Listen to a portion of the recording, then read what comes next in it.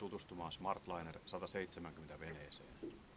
Tämä vene on alumiinirakenteinen, lasikuituisella sisäpohjalla varustettu avovene. Sen pituus on 5 metriä ja leveys 195 senttimetriä. Smartlinen veneet ovat ranskalaista suunnittelua.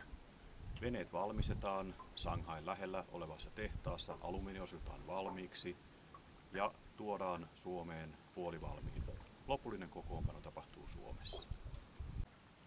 Smartlinen veneet ovat hyvin tukevia vesillä.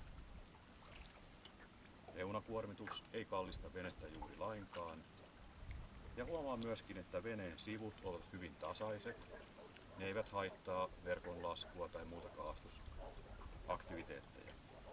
Myöskin veneen laitakorkeus on korkea. Voit turvallisesti tehdä tarvittavia asioita tässä veneessä. Tässä Smartlinen veneessä on lisävarusteena sähköpaketti.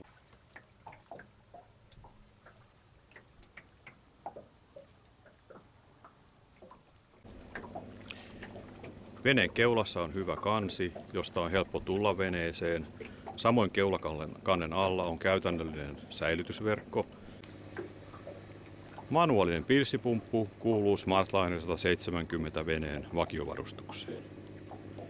Samoin veneen peräkulmissa olevat vapatelineet. Tässä näet Smartliner veneen erikoisuuden.